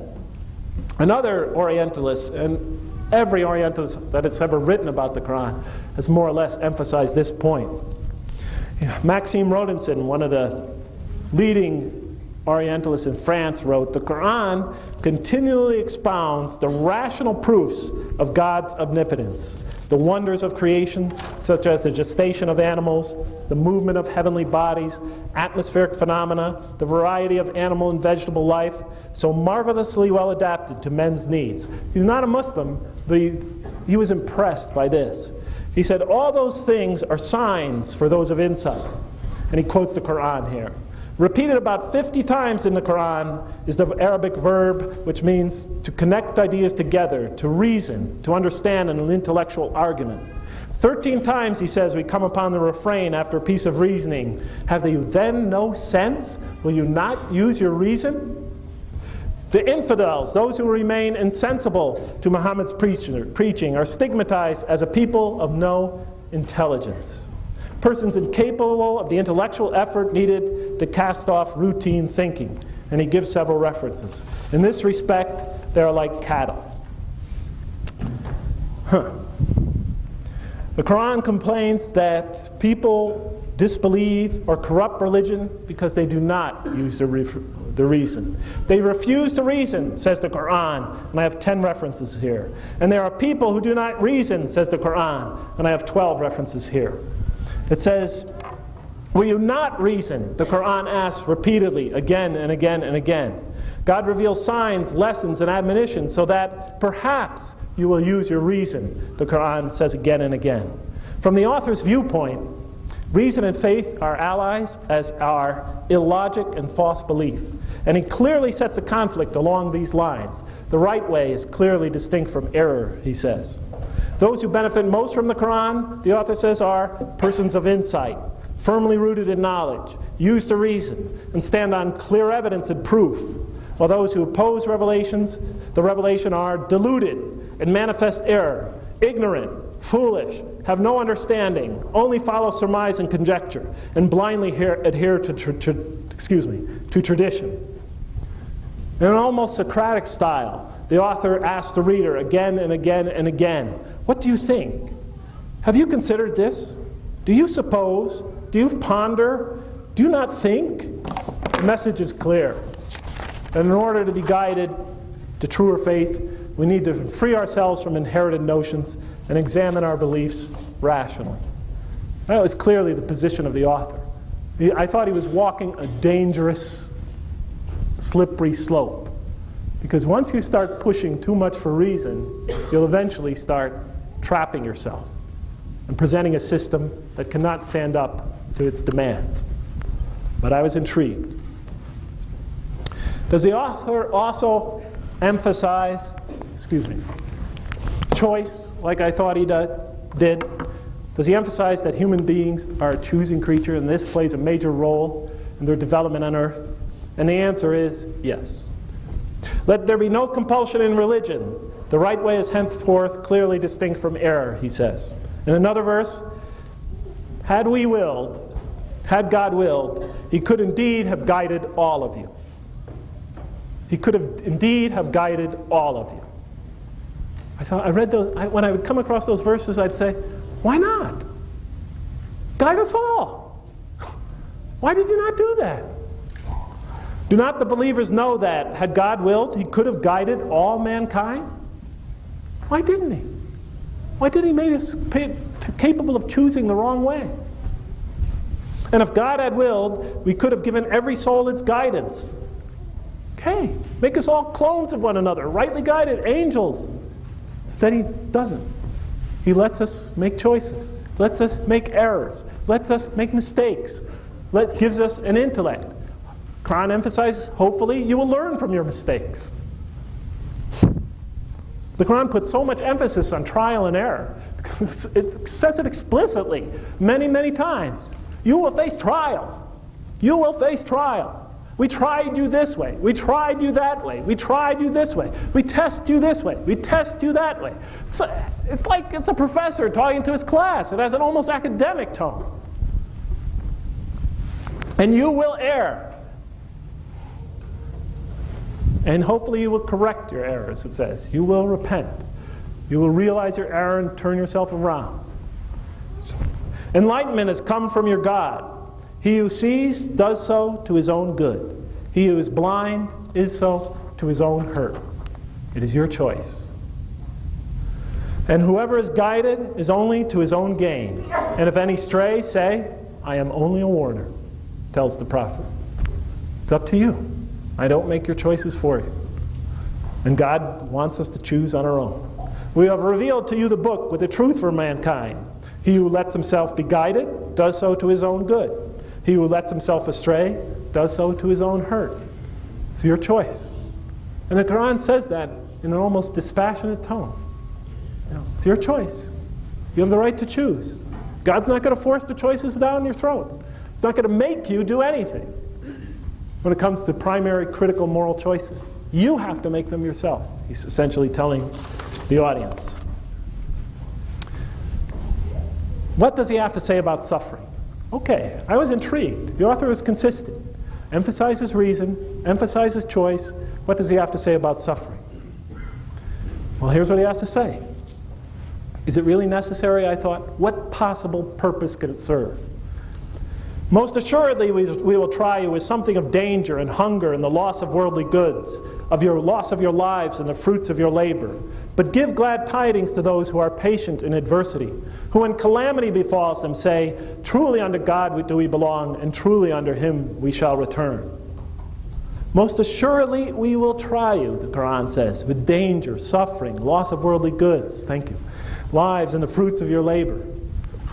Okay? Most assuredly. Could somebody get that for me? But most assuredly you will suffer. Why? I thought. Why? Do you think that you can enter paradise without having suffered like those who passed away before you? Why not? Just pop us up.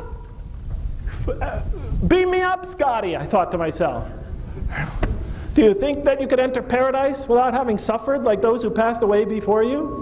Why not? Misfortune and hardship befell them, and so shaken were they, that the apostle, we're talking about good people here suffering, that the apostle and the believers with him would exclaim, when will God's help come? Oh, truly, God's help is always near, the verse says. You are going to suffer. Why? You will certainly be tried in your possessions and yourselves, it says. Another verse, every soul must taste of death, and we will try you with calamity and prosperity, both as a means of trial. We'll test you with both. What's the point of it? And to us you are returned. In another verse it says, O mankind, truly you've been toiling towards your Lord in painful toil, but you shall meet him. How do you toil towards God? How does suffering bring us any closer to God? It's just, do you know? I know a lot of you do, but it's a rhetorical question. It's sort of a, well, never mind. This verse, I was ready to just throw the Qur'an down. I got so angry when I read the beginning of this one. We certainly have created man to face distress. We certainly have created man to face distress. What? We certainly have created man to face distress. You created us to face distress? You created us to suffer? Are we made to face distress? I started to think about it in another way. Are we eminently well suited to face distress? Are we a creature that thrives on distress? Do we thrive on suffering? Does that play a major role in our development, in our progress, in our growth? When I thought about it that way, I said, yes, of course.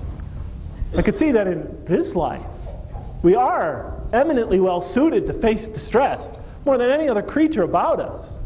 And that sort of charts our intellectual evolution and our progress. But how could that bring us any closer to God? What does that have to do with our relationship with God? What does that have anything to do with the hereafter? Does he think that no one has power over him? He will say, I have wasted much wealth. Does he think that no one sees him? He's trying to say, you think you're down here alone, just going through this for no point or purpose?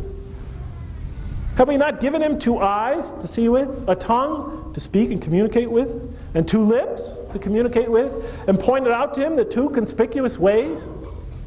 What are the 2 conspicuous ways? Haven't I given you all these things to see and to learn with and to communicate with? Can't you just open your eyes and see it? And understand from talking to others and looking at other people around you and seeing everything around you? Can't you see the 2 conspicuous ways? When I read this verse, I was at the 90th chapter of the Qur'an. Had like 30 pages to go, and I still was in the dark. What 2 conspicuous ways? What can I see? And what will make you comprehend? Oh, but he attempts not the uphill climb. And what will make you comprehend the uphill climb? Is life an uphill climb? Why does life have to be an uphill climb? Why can't it be a downward slope? Or a level surface? Why does it have to be an upward climb? Why does it have to be hard? And what will make you comprehend the uphill climb? It is to free a slave, or to feed in a day of hunger an orphan nearly related, or the poor one lying in the dust. Then he or she is of those who believe. Then he or she is one of those who exhorts one another to patience. Then he or she is one of those who exhorts others to mercy. What? The 2 conspicuous ways? These are the 2 conspicuous ways? The uphill climb is one? And what is it about? Helping others? Self-sacrifice? Freeing a slave? Helping a poor one lying in the dust? Giving of yourself? When I read this verse, the first thing I thought about, believe it or not, was my mother. Because my mom had always told me that, Jeff, life is not about taking. Life is not about succeeding. Life is not about obtaining your material goals. Life, Jeff, is about giving. Life is about giving to others. She said, as long as you have something to give, no matter how small, you're never poor. You're always rich. I said to her, Mom, God, you just don't get it, do you? Life is not about giving, Mom. Life is not about self-sacrifice. Life is about getting ahead. Life is about protecting oneself. Life is about not letting people step on you. Life is about insulating yourself from harm for as long as you can. This world, Mom, as Dad has taught me, and he's right, is a dog-eat-dog world. And it's not about any of the things you say, it's about survival. But here at 28 years old, when I thought back on my mom, I realized that she was always a peaceful, happy, contented, restful, serene person. And at the same time, I was angry, hostile. I wouldn't show it to people around me, but inside I felt it. I felt that life was empty, chaotic, uncertain, fragile, scary. When I read this verse, I realized that at least in that sense, the Qur'an was right, and so was my mom. There are 2 conspicuous ways. If you just look around you, look at the people that are happy. Look at the people that really seem to have joy in life. The real joyful people in life. They're the people who give of themselves, who engage in self-sacrifice. And they can't seem to get enough. And you look at the people who squander and hoard, and they're miserable. They never could get enough. I realized that there are 2 conspicuous ways in life. But I didn't see how that had to do with any ultimate purpose behind it. Is that what the author is saying, I thought? That life is just to be good and nice to people so you feel good inside? Or as Michael Jackson used to say, to make the world a better place for you and me? No, is that it? I couldn't find a connection.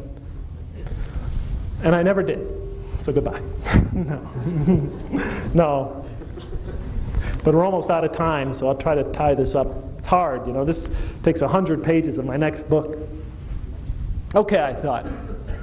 The author claims that these things, suffering, choice, intellect, play a role in our purpose of life. What possible purpose can they play? Well, God must have had a reason for producing us on earth. So first I thought I would concentrate on what kind of person does God want to produce? And sure enough, it's not hard to find. The Qur'an says that God intends to produce through this earthly experience a people who will relate to him, develop a relationship to him, a relationship that the Qur'an describes as a relationship of love. And it says it again and again. For example, yet there are men who take others besides God as equal, loving them as they should love God. But those who believe love God more ardently. Say, another verse, if you love God, follow me, and God will love you, and forgive you your faults, for God is the forgiving, the merciful. O you who believe, if any from among you should turn back from his faith, then God will assuredly bring a people he loves and who love him. In many places it also says, God loves this type of person, God loves that type of person, God loves this in people, God loves that, and doesn't love this type of people, and doesn't love people who do that. Or not people, but mostly the acts. God does not love the transgressor. God does not love the hateful. God does not, and so forth. And the Quran assures us that through this earthly experience, especially watch the conversations in the Quran between Satan and God. God is always in total control. Satan in the Quran is really rather a weak creature. In other traditions, he might have tremendous power. But in the Quran, he says, I have no power over you. I but whisper, and you follow. Remember? And it says on the Day of Judgment, he's going to say to those who followed him, I had no power over you whatsoever. I only whisper, and you follow. But in the conversations between God and Satan in the Quran, it reveals something very important. That yes, there will be people who go astray. Yes, there will be people that destroy themselves in this life. But God guarantees in the Quran that there will be a subset of humanity. Though there will definitely, this human experience will produce those who choose to enter a relationship with God, who choose to be bound by God in love, and whom God will love mutually. They'll enter in a mutual relationship of love. There will definitely, this earthly experience will definitely produce those type of people. Okay, but I mean, this is just too much to handle. I have all these questions in my mind, all these things to deal with. Choice, reason, suffering. God intends to produce through this earthly experience, and it says it certainly will produce a subset of this humanity that will enter into a relationship of love with him. What does that have to do with all these other things? Suffering, choice, etc. Couldn't he just make us love him? Program us to love him? Love us in return? Pop us into heaven? Avoid the suffering? What?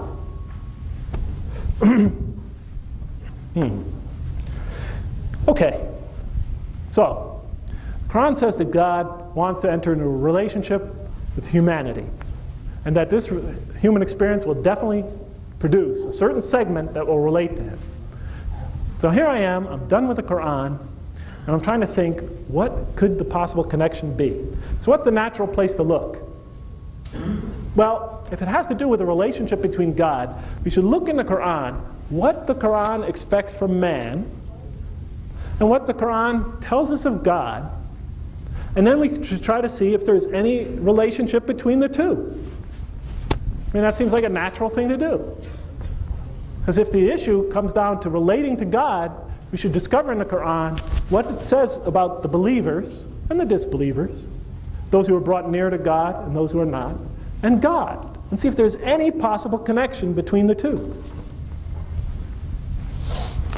Okay, so what does the Quran expect from mankind? Well, it's so simple in the Quran, it's almost the type of thing you just like to just read over and neglect. It says God expects, of people that they believe, that they will believe and do good. What? Believe and do good? Okay, I get the believe part. If you're going to have a relationship with God, you certainly must believe in him. You can't just reject him, to turn your back on him, reject his very existence, definitely. But what does doing good have to do with forging a relationship with God? You want us to make us good, whatever. But even so, what difference does it make? So I looked up what kind of acts the Quran said are good. And I just wrote a partial list. I didn't look them up. I just tried to remember from my reading of it. and not unexpectedly, and consists of those acts and attributes that are sort of universally recognized as virtuous. Good deeds are such, for example, we should show compassion to others. We should be merciful. We should forgive others. We should be just. We should protect the weak, defend the oppressed, feed the poor, seek knowledge and wisdom, be generous, truthful, kind, peaceful, and love others. And we should teach others these same things and learn them and grow in them as well. But why? In one verse it says, "Truly those who believe and do good will the most merciful endow with love." And to this end we have made this easy to understand in your own tongue, so that you may convey this glad news to the God-conscious and warn those given to contention. You're supposed to grow in love of your fellow man. But why? I had not a clue, but I did list them. Hope I could get here without sabotaging this. Somebody left their glasses here. Okay, so we're supposed to grow in love of our fellow man. You probably can't read this anyway if you're way in the back. Compassion. This is very small. Love, right? Compassion. Forgiveness. I just, listed them. I had nothing else to do that day. I was watching a football game. Love, compassion, forgiveness, caring, justice, truth. Truth. What are some of the other ones I said? Protect the weak.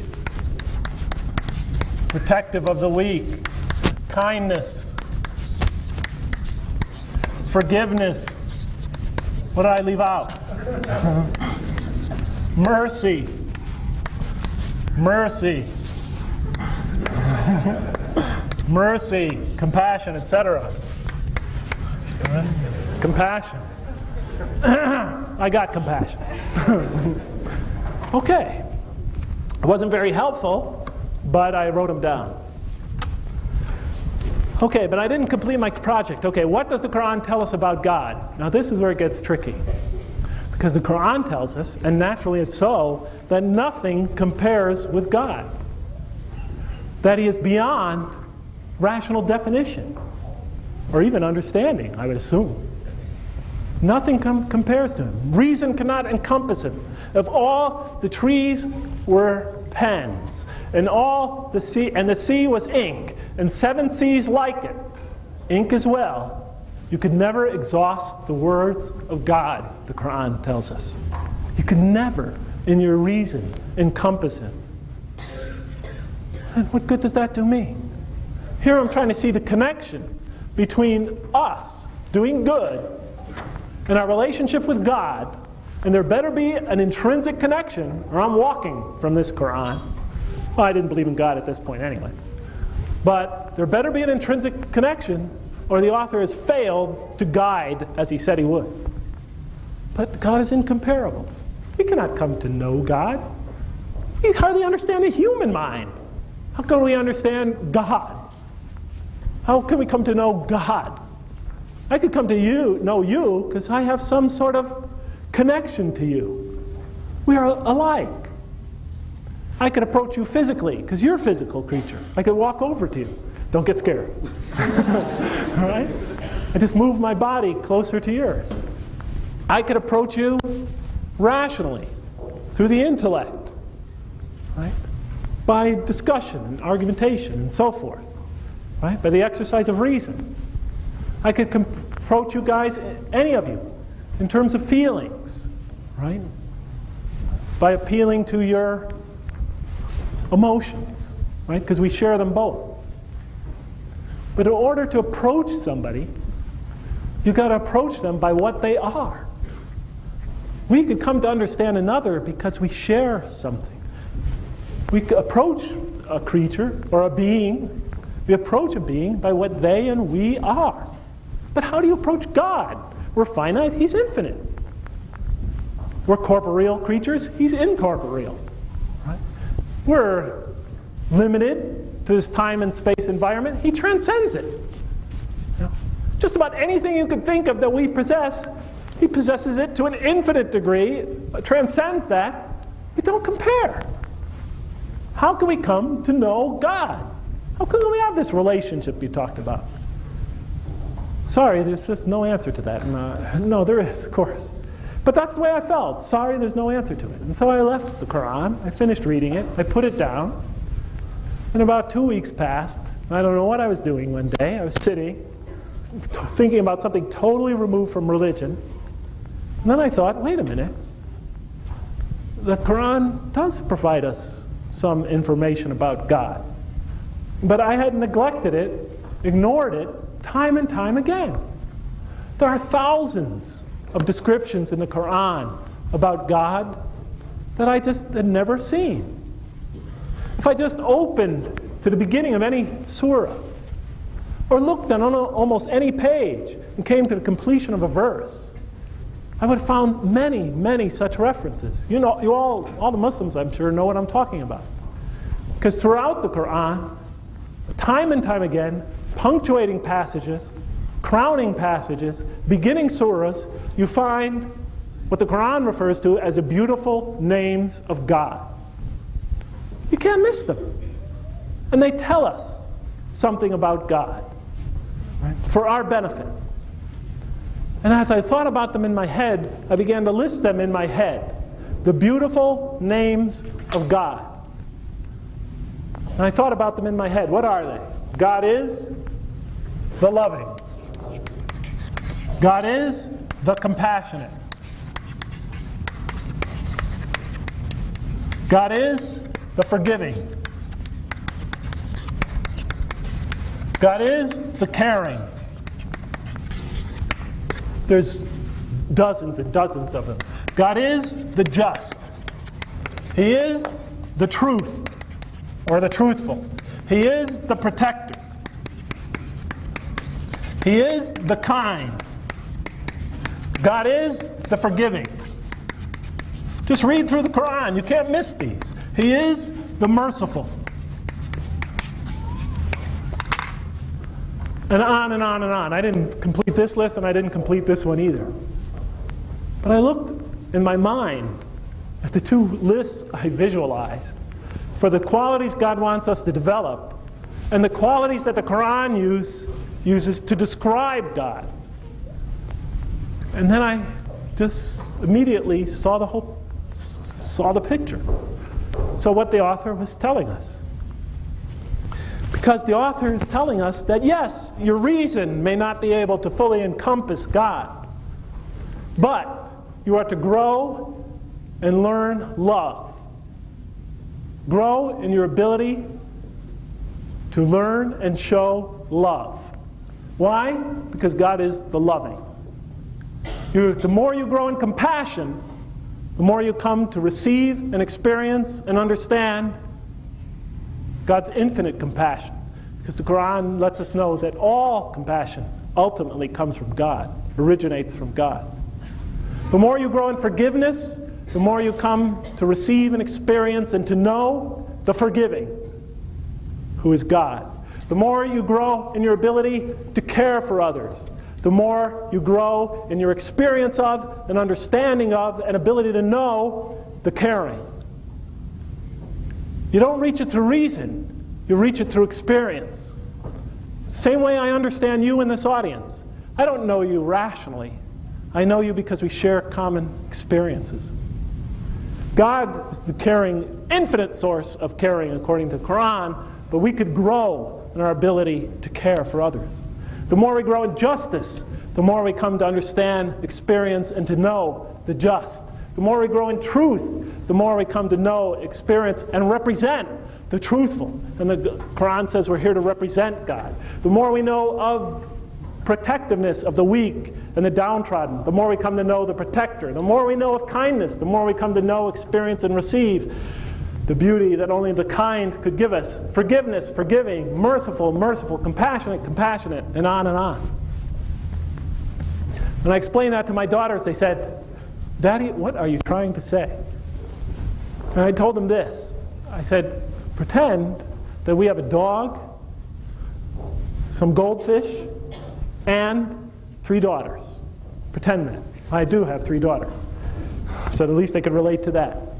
I told them, no matter how much of my love, no matter how much of my compassion, know how much of my comparing, how much of my real self I shower on that goldfish could only experience my love, my compassion, my caring, my justice to a very limited degree. Because it's a very primitive creature. It only knows and could learn and could experience love, compassion, forgiveness, etc. to a very minuscule level. But my dog, Rex, I don't have a dog, but I had one, Rex, once. But my dog, he could know and experience and feel my love, my compassion, my caring, myself, my being, to a much higher level, because he's a more developed creature. He knows through his own life experiences, he experiences through his own life experiences a certain amount of love, compassion, forgiveness, not just as a receiver, but as a giver as well, which is more important. Because when you give love, you're experiencing loving on a whole nother level than just receiving. You're learning it. But I told her, look at you three guys. Look at you three guys, I said to my daughters. As you grow, you will come to learn, know, and experience love, compassion, forgiveness on a much higher level, and a higher level. And it's up to you how high you want to go. But the more you grow in love, compassion, mercy, forgiveness, etc., the more you could experience whatever love, mercy, compassion, forgiveness, etc., that I have to give to you. The more you could experience me, the more you could experience my being. And that's essentially what the author seems to be telling us. That the more we grow in all these, the more we could experience the infinite love, compassion, forgiveness, caring, justice that is God.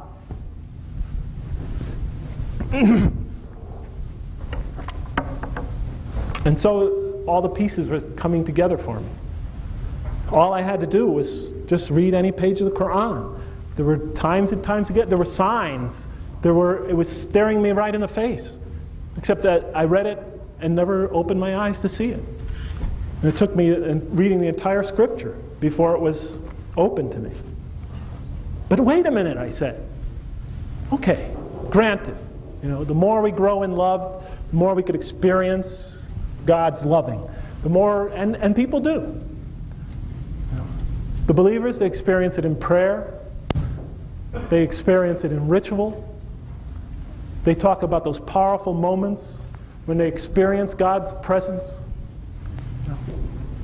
They do experience it. And the Qur'an promises that you will definitely experience it to some degree in this life, but in the next life, when all distractions are swept away, and all you take to the next life is your growth in these, your real person, if you have grown in these, if you haven't become bankrupt in these, you will be able to experience God's beauty, His presence, His being to higher and higher degrees. But I thought, wait a minute, there's something wrong here. I almost got lured, seduced into accepting this picture. I almost got seduced into accepting this picture, but then I remembered my questions. And I remembered the angel's question. I mean, wait a minute, guys. Why didn't God just program these in us? Why didn't He just program us to be loving, compassionate, forgiveness, etc., instead of making us go through this turmoil, this torture on earth? Are you following me? And why didn't He just program us to be that way? Was the suffering all necessary? Was the pain of it all necessary? Did I gain anything from my childhood? I mean, what did I learn? Why did I have to suffer? Why do you have to suffer? Why did He give me choice? Why did He give me intellect? Just make me love. Just make me have compassion. Just like that. Well, if you read the Qur'an, don't even read the Qur'an. Just think about it yourself. In order to grow in love, and as creatures, the Qur'an says, every creature grows. Creatures are growing entities. And the Qur'an says that God provides every creature with the environment, the soil, if you will, the environment, the growing environment that is necessary for its growth. But if we are to grow in love, compassion, forgiveness, caring, etc., how does that contribute to that environment? Are these necessary ingredients for us to grow in these, and us to develop these, and us to learn these and acquire these? And I think if you think about it for a minute, the answer is obviously yes. I mean, think about compassion, for example. How can you have compassion if there is no suffering? If there is not some vulnerable creature to turn to? If some creature is not dependent on you? How could you exercise, learn, and grow in compassion? Unless you are the infinite source of it already, which none of us are, since none of us are God. We are creatures, we become. How can we become compassionate without knowing vulnerability, weakness, suffering in others so we could turn to? What is compassion without choice? A compassionate act is an act where you choose to help someone, when you have the option not to. If I take a banana, eat it, take the peel, throw it over my shoulder, it lands in the street, a criminal comes by on his way to rob a pocketbook from an old lady standing over there and trips on the banana peel and falls on the ground, my throwing the banana peel over my shoulder was not a compassionate act. Because I really didn't choose to do that. Compassionate act requires choice. It also requires intellect. Because when you reach out to someone in compassion, you weigh in your minds how much of yourself you're going to invest in reaching out to that person. And you say to yourself, do I really want to do this? How much time is it going to require? I got to go to work. I might not make any money today. Besides, I'll have to be helping this person for the next couple hours. Have to take him to the hospital. See him. Your mind is weighing how much of yourself is going to be invested in that. You could program a computer to never make an incorrect statement, but it doesn't become a truthful computer. I never heard anybody say to me, Jeff, you know that computer of yours? It's the most truthful computer I've ever seen. Because truth is not just making correct statements. Being truthful is a choice. It's understanding the decision you're making. It requires intellect. And if that truth involves you in the possibility of suffering, the more that is in stake in telling the truth, the greater you rise to that truth, the greater that is an act of truth. Oh, sorry. Because I was going like this. What else do I have written here? Forgiveness is a choice. What is forgiveness without choice? What is forgiveness if somebody can't wrong you, which produces suffering? What is forgiveness without intellect?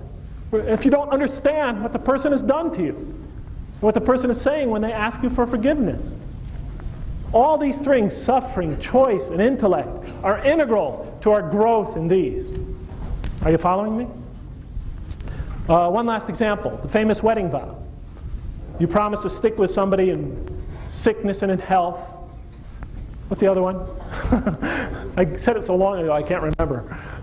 In sickness and health, through richer or for poorer, until death do we part. It asks us to make that commitment. It acknowledges the essential element of suffering and growing in love. And it's a choice. We make that vow. That vow is a choice. Do you, Jeff Lang, promise to take Ragya, so forth, for richer or for poorer, in sickness and health? I start thinking about it. Wait a minute now. No, I didn't. I was very pleased to do that. But it was a choice. And it's giving you the choice. Understand this. When you make that vow, it's in sickness and in health, richer or poorer, till death, do you part. It's saying think about it. Understand what kind of choice you're making. No, these three things are integral in our growth in these. Suffering, choice, intellect are absolutely necessary to grow in these. You pull anyone out of this equation called life, and we don't have it as we know it. We cannot grow in these as we know it to very high levels. Finally, in the last 2 minutes, I'll just simply say this. So when the Qur'an talks about sin, it talks about people who grow bankrupt in these, more or less. The Qur'an, a famous symbol in the Qur'an is the balance on the day of judgment that weighs your goodness. And people are heavy in goodness. People who are full of goodness, they can experience paradise in the next life. And perhaps, to greater and greater degrees, God's presence. Because the more we know of goodness, the more we grow in goodness, the more we are able to experience, receive, and know the infinite goodness of God. But what if we go the opposite direction? What if instead of developing the qualities of love, compassion, forgiveness, caring, we do just the opposite? We head in the opposite direction. And we become, instead of being heavy in these qualities on the day of judgment, we become extremely light in these qualities when we enter in the next life. So instead of becoming loving, we become hateful, compassionate, miserly, forgiving, vengeful, caring, whatever, mean, justice, cruel, I don't know, truth, liar, protective, destructive, and so forth. What if we go in the opposite direction and become primarily those? Well, then we are just, as the Qur'an says, destroying yourself. Because if you're bankrupt of those, then this, growth in this, will be the only thing that matters as you go into the next life. You bring nothing else with you but what you really are. And if you have not developed this, then you're going to suffer severely because you cannot experience any of the beauty that awaits you in the next life. You'll experience just the opposite. As the Qur'an compares growth in this life, our physical growth in the womb, to our spiritual growth in this life. And if you think about it, when a creature grows in the mother's womb, it's a primarily physical growth. When it comes into this life, when it is born, you see the effects of that growth concretely right before you. When a child enters this world, the growth it went through in a womb, its physical growth, is manifested before you in that creature's being. What the Qur'an seems to suggest is that when we are the type of spiritual growth we obtain in this life, when we go into the next life, it too will be manifested in exactly what we are. And so to go in this next life bankrupt of these is like coming into this life bankrupt, bereft of every physical quality you need to experience some peace, some joy, some comfort in this life. So if you are bereft of these, it would be like coming into this life without any skin to protect you from the cold or the heat, with your nerves exposed and all you know is pain, the inability to breathe and you're gasping for air. I'm not trying to scare any of you, I'm just presenting an analogy. Choking for your breath, blind, you cannot see. And the Qur'an says the spiritually blind in this life will come out blind in the next life to reality. So to not grow in these, to grow in the opposite, to become basically evil, is, according to the Qur'an, self-destruction. And so when the Qur'an speaks of sin, it frequently says, you don't sin primarily against God. You don't even primarily sin against your victims. The Qur'an says the sinner primarily commits sin against themselves. They destroy themselves, the Qur'an says. And it says God gives you at least when He exposes you to the Qur'an, gives you every possible warning about that. And then it says, and still they turn their backs. Let's see, what else do I want to say? I guess I said enough. It's 9:45, you're almost exhausted. And plus, I'm sure you want to see KU hopefully win their basketball game, University of Kansas. So I'll sort of end it there. And like I said, I'm trying to summarize 100 pages in just 2 hours. But I appreciate you coming and listening for all of 2 hours. And I wish you all the best. And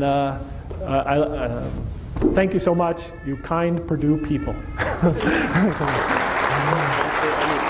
15 minutes of questions tonight, or just simply save all questions for tomorrow? I'll take 15. 15. Yeah. We're going to have just an opportunity for about 15 minutes of questions. If anyone would like to just raise their hand. And then tomorrow there'll probably be a lot more time for question and answer. The speech will be shorter tomorrow, and that's what we plan for anyway. So, It's only a 20-minute speech tomorrow. if you have some questions, please raise your hand. Yes? Yes, question. In reading some of the Qur'an, which I've read objectively myself, I see some very objective things you put down, love, compassion, forgiveness, etc. When I read about, let's say, a Muslim making the Hajj to Mecca, it seems very ritualized. It seems a lot of other theological things, which is kind of attuned to types of things that Catholicism would have, a lot of types of ritual and things like that. Now, could you please comment on, from the point of view of the rationals, after you had encountered the very rational basis upon which Yes. Islam is apparently based, how did you comprehend that type of emphasis on ritual, specifically in the Hajj? Could I answer that just in general about ritual? The more I prayed, the more powerful those prayers became spiritually. The idea is that the more you develop these qualities in yourself, the more you will experience God's being in this life and the next. And the primary way the believer, and one of the primary ways the believer experiences God's presence or God's being is through ritual. So that when a person grows in these, they suddenly find that in their prayers, they become more and more powerful spiritually. Are you following me? So that they feel God's presence, they feel a warmth, a power, a mercy coming over them. So it's seen, and same with the other rituals. The more they grow in this, following this program, the more they grow in this, the more powerful and more beautiful the rituals become. The idea in the Qur'an is that God's gifts, I'm just thinking out loud here, that God's gifts to humanity are tremendous, beyond count, it says. But if you think about it, in every relationship, both people engaged in this relationship have to have something to give to that relationship. Or it's not a relationship, not a healthy relationship. In a healthy relationship, both people involved in the relationship must have something to give. Ritual gives the believers a way to give back to God, to share with God with what in reality is already His. For example, I'll give you an analogy. 2 days ago, my daughters came to me, Sarah and Fatin. They said, "Daddy, can we have $10 a piece?" I said, "Why?" "Because we want to buy you a present." I gave them of course I gave them the $10. And they went to the store and bought me a present. Now, I didn't need their gift. I didn't need it. It's mine already, the $10. It did nothing for me materially. It did nothing for me concretely. But I loved the love behind it. And I know that it brings me and them closer together. In the same way, there's nothing that we could give back to God that is not, or give to God that is not in reality His. But what the rituals allow the believer to do is to give to God what really is in reality His. And as the Qur'an shows, God does not need what we give. But it also shows He loves the intention behind it, and He knows it brings us closer together. And so when the Muslim, or the believer, grows in these, and devotes himself in ritual to God, gives to God, what in reality seems worthless to God. I mean, He's God. Nonetheless, he is being brought closer to God through that giving. And he feels God's love in that ritual, and he experiences it, and he feels himself giving that love back to God. So it becomes a very powerful experience that grows in intensity as a person grows in these. And so you'll find people who are very devout, very good, who engage in ritual. They report having really intense, beautiful experiences in them. Not all the time, and usually unanticipated. They don't plan them, but they experience them nonetheless. And also it helps discipline and refine your spirituality. But that's a whole other issue. But I chose to answer it from that perspective. Is that okay? Thanks for the question. Great question. Yes? Yeah, I have read your book, Struggling to Surrender. Oh. And I have read other mathematicians talking about agnostic belief and atheism.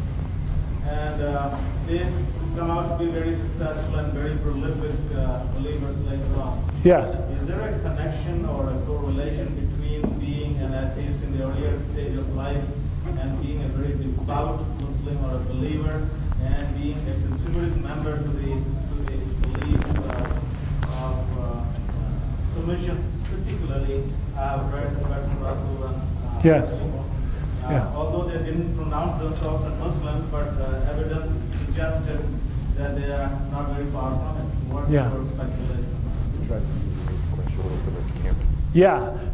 Somebody asked me to reiterate your question for the camera. I'm trying to remember. Let's see. So you said I was an atheist, yes. Sort of a rationalist. And then I became a Muslim. And is there a connection, you think, between the interval of atheism that I went through for 12 years, and has that played an integral part in making me a believer, actually? It seems like you're saying. And in whatever I've contributed, and I think it's minor, to this, to the religious dialogue in this community. Am I right? I believe that there is a connection because most of the mathematicians in the early stage have been very devout agnostics and atheists. Yes. They propounded the belief that, well, I found God and Yes. I'm changing my whole belief. Yeah, I think you're right. I think that, I think there's all types of believers, but I think that the experience of atheism, and questioning, the religion you're taught and the ideas that you're surrounded with, and etc. That experience of doubt, even if it turns to atheism, could turn out to be a very positive thing if through that doubt you discover belief and discover God. Are you following me? So, one famous Muslim religious thinker, Al-Ghazali, used to say that you can't achieve a very high level of belief unless you allow yourself to doubt first, unless you've doubted first. I don't know if that's not necessarily true or not. I don't think my mom ever doubted, but it definitely, she attained a very high level of belief in God. But I think that the atheist perspective, can provide a very important perspective in the religious dialogue. You know what I mean? Because most people really do have doubts about faith, but have doubts, but they sort of suppress them or whatnot. But after a while, sometimes it eats at them. So I think when an atheist becomes a religion who has faced a lot of doubts, has gone to the extreme, to the point where he's taken his doubts to the point where he rejects the existence of God. If that person could make their way back, that journey has to be a valuable experience to share with others. It's got to be helpful for other people to hear it. I think it must be, or I wouldn't be up here today, wasting all of your time. I think most people come to listen to these because they have doubts themselves, and they want to know, how could somebody who has rationally been led to the denial of God come back to the rational acceptance of the existence of God? I know I didn't do a good job of handling your question, but okay. Yes. Any other questions? Yes, sir. Quran says that God knows that. And before even we were born, God knows we were going to be a loving compassion for humanity. Yes. So, why do we live through this? Why doesn't God put us in hell or heaven? Are you talking about predestination? Are you talking about predestination or destiny? See, there's a difference, because the Qur'an doesn't say that God predestines anything. You know, the Qur'an says that God's knowledge is all-encompassing. But since God, according to the Qur'an, transcends his creation, it'd be foolish to talk about him predestining. Are you following me? See, when I use the word predestine, I'm talking about destining the future. I'm talking about I'm in the future, I'm in the present, looking forward to the future, and I am determining the future. Are you following me? So when you use the word predestine, you know, the minute you apply the word predestined to God, you are putting God in this space-time environment, or at least time environment, one of our dimensions. Are you following me? But the Qur'an says that God transcends time and transcends space. You would never, even the most rabid atheist wouldn't say, Jeff, if God was on a bus from Indianapolis to Chicago, and he would never start a question that way, because he knows I would not accept the idea that God could be confined to a particular place. In the same way, no one should say, if God is now in the present, looking forward to the future and determining things in advance, you immediately started with a premise that the Qur'an does not accept. Are you with me? So the wrong word is predestined. You know, the Qur'an says that nothing happens unless God allows it to happen, unless God permits it to happen. But the same Qur'an shows that he permits us to make choices. He permits us, empowers us to make choices and to carry them out to their expected conclusions. God has complete control over the whole human experience. He could stop it in an instant, but he doesn't. It even says in one verse in the Qur'an, if I wanted you to go out to that field and die in that field, I could have made you do that. And you would have gone right to the place I wanted you to die, and you would have fallen dead right there. But he doesn't. The people he addresses in that verse, he gave them a choice, and they chose to do otherwise. So the point I'm trying to make is when a Muslim says that God measures, that's the word in the Qur'an, qadra, measures all things. You know, that means that he has total control over this creation, that nothing occurs without him allowing it. But it doesn't say that he predestines it. Because the very word predestined contradicts the Qur'an's concept of God's transcendence of time and space. And it clearly indicates it.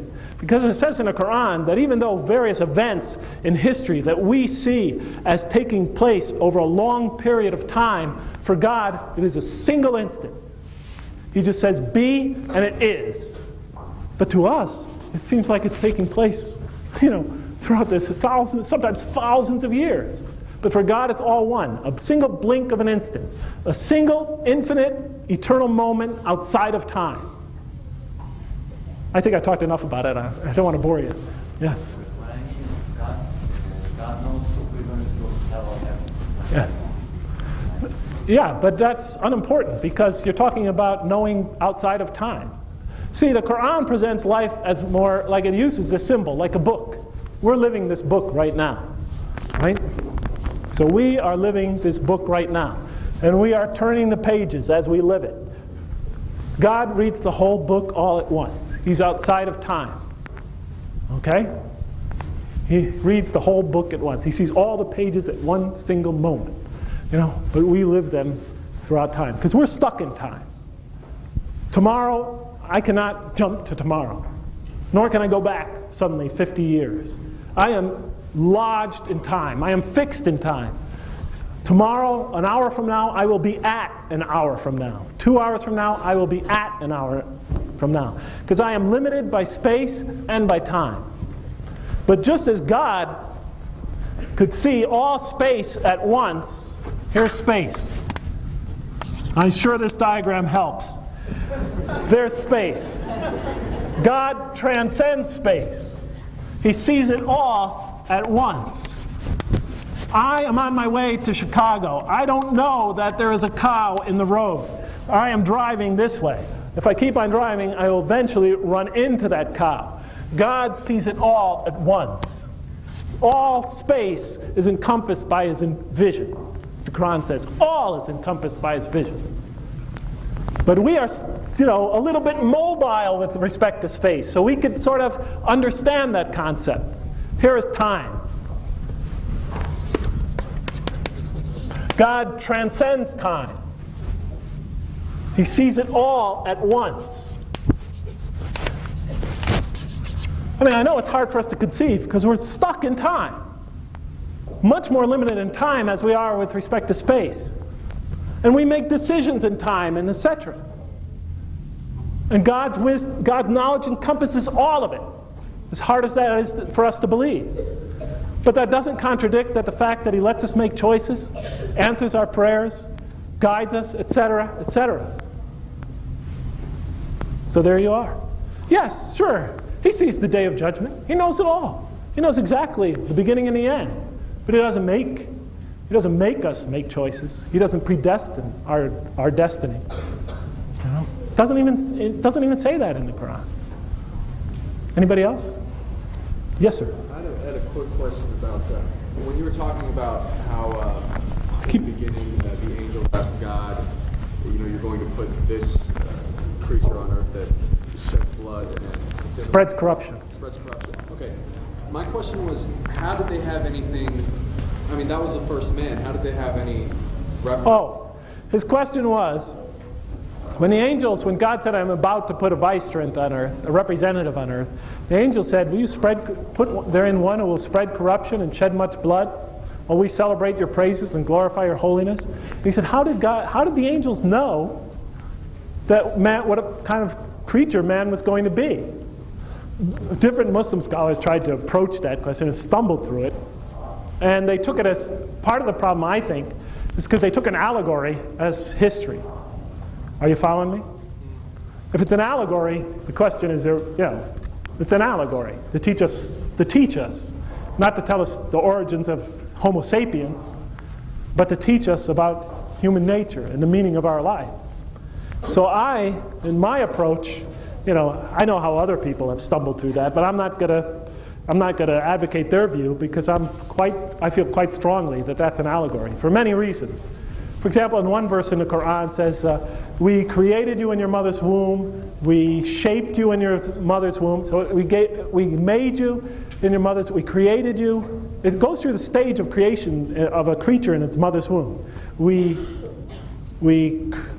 conceived you, we gave you safe lodging, we shaped you in your mother's womb, and then we said to the angels, bow down to Adam.